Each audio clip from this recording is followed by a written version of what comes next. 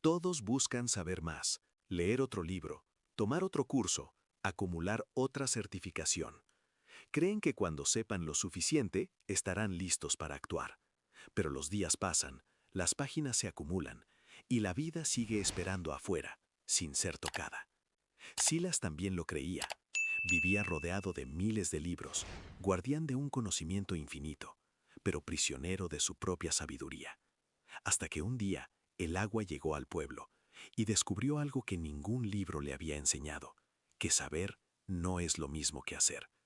Quédate hasta el final, porque cuando entiendas lo que Mara le mostró con sus manos callosas, quizás dejes de esperar a estar listo y simplemente empieces. Había una vez, en lo alto de una colina que dominaba un valle verde y tranquilo, una construcción imponente hecha de piedra gris y torres afiladas. Era la biblioteca de los 1000 volúmenes, aunque en realidad contenía muchos más. Sus pasillos eran laberintos de estantes que se perdían en la penumbra, y cada rincón olía a papel antiguo, tinta y polvo de siglos. Allí vivía Silas, el guardián del conocimiento. Era un hombre delgado, de rostro pálido y ojos profundos que parecían llevar el peso de todas las palabras que había leído. No tenía familia ni amigos cercanos. Su única compañía eran los libros, miles de ellos. Filosofía, ciencia, historia, matemáticas, ingeniería, medicina, arte. No había tema que no hubiera estudiado, no había pregunta que no pudiera responder. Cada mañana, Silas despertaba antes del alba, encendía velas de cera, se preparaba una taza de té amargo y comenzaba su rutina. Leer. Leía sin pausa, con una concentración absoluta, como si cada página fuera un eslabón más en la cadena infinita del saber. Para él, el mundo se dividía en dos tipos de personas, los que sabían y los que actuaban, y estaba convencido de que los primeros eran superiores. La acción sin conocimiento es caos, solía decirse, pero el conocimiento sin acción es prudencia. Los habitantes del pueblo que estaba al pie de la colina lo respetaban, pero también lo temían un poco. Cuando alguien subía a la colina para hacerle una pregunta, Silas respondía con precisión enciclopédica. Citaba autores antiguos, recitaba teoremas, explicaba procesos, pero nunca bajaba al pueblo, nunca ponía un pie fuera de su biblioteca. ¿Para qué?, pensaba. Todo lo que necesito saber está aquí. Y así los años pasaron. Silas envejeció rodeado de palabras, pero alejado de la vida. Su biblioteca crecía, pero su existencia se encogía.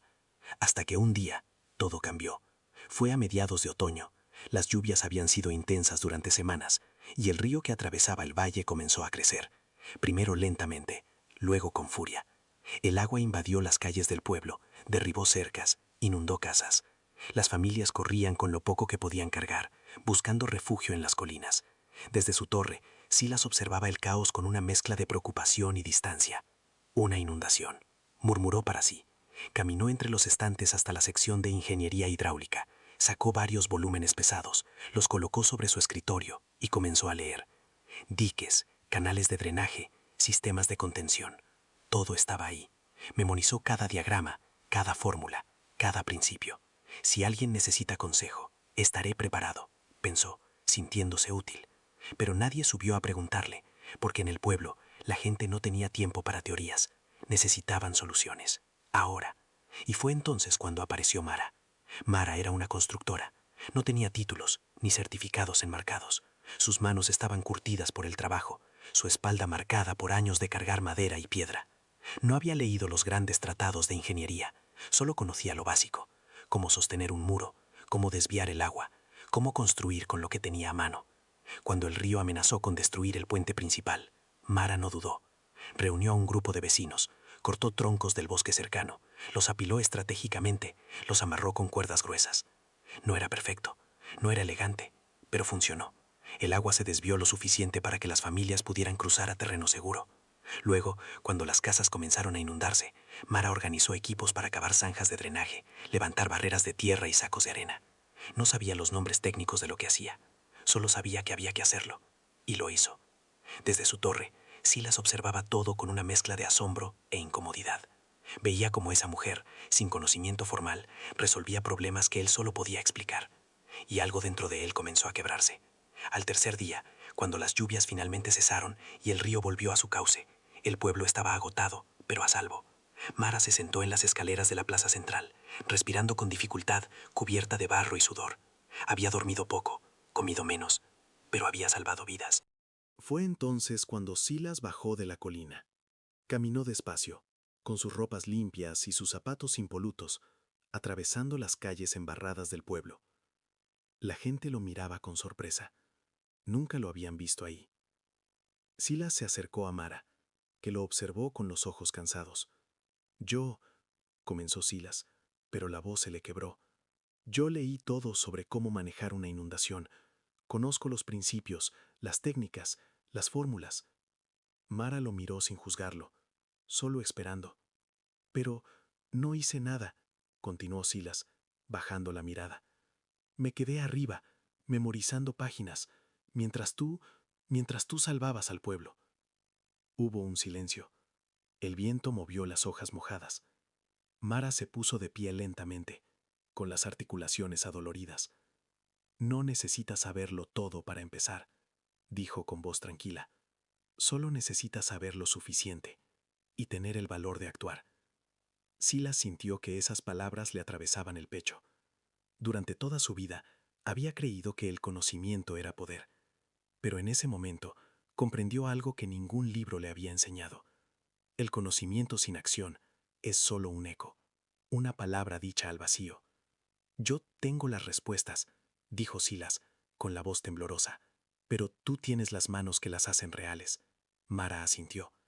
Y las dos cosas son importantes, pero una sin la otra es incompleta. Silas miró alrededor, vio las casas salvadas, las familias reunidas, el puente que seguía en pie. Todo eso existía porque alguien había actuado, no porque alguien hubiera leído sobre ello, sino porque alguien lo había hecho. ¿Puedes enseñarme?, preguntó Silas, con humildad. No a leer más, sino a hacer. Mara lo miró fijamente. Luego, por primera vez en días, sonrió. Solo si tú me enseñas a entender mejor lo que hago.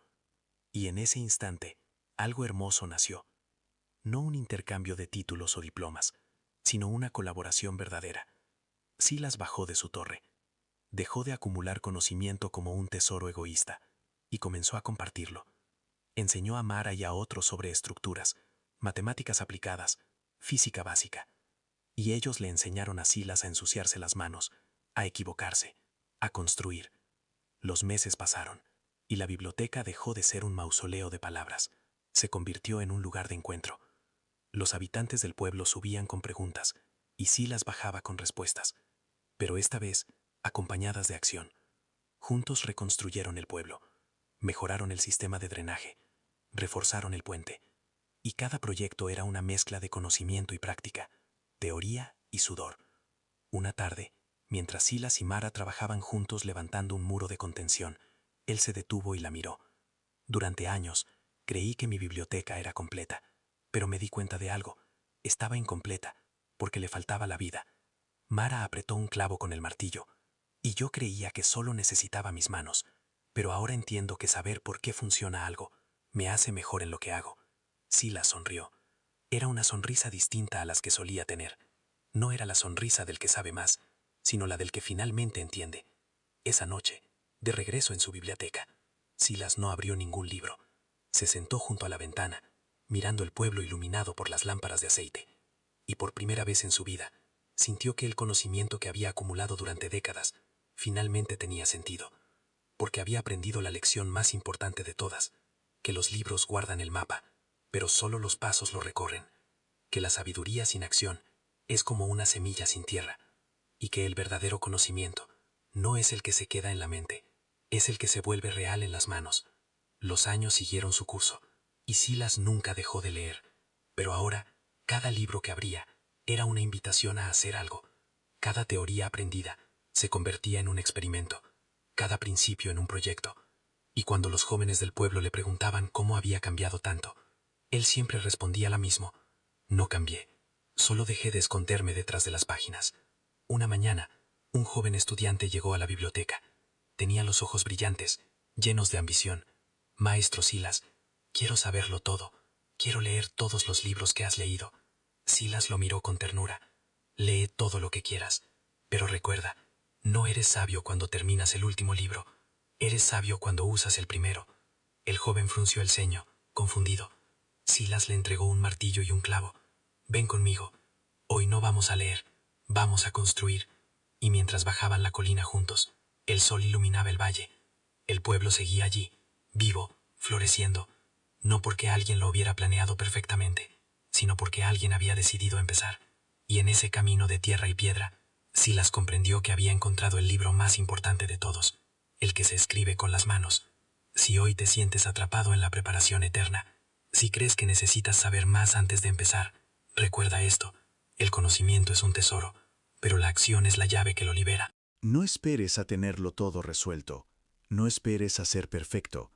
Empieza con lo que sabes, aunque sea poco, porque la vida no premia a los que más saben, premia a los que se atreven a hacer. Si esta historia tocó algo en ti, compártela con quien necesite dejar de estudiar el mapa y empezar a caminar el sendero. Cuéntame en los comentarios qué conocimiento tienes guardado esperando ser usado. Quizás hoy sea el día de bajarlo de la estantería y hacerlo real.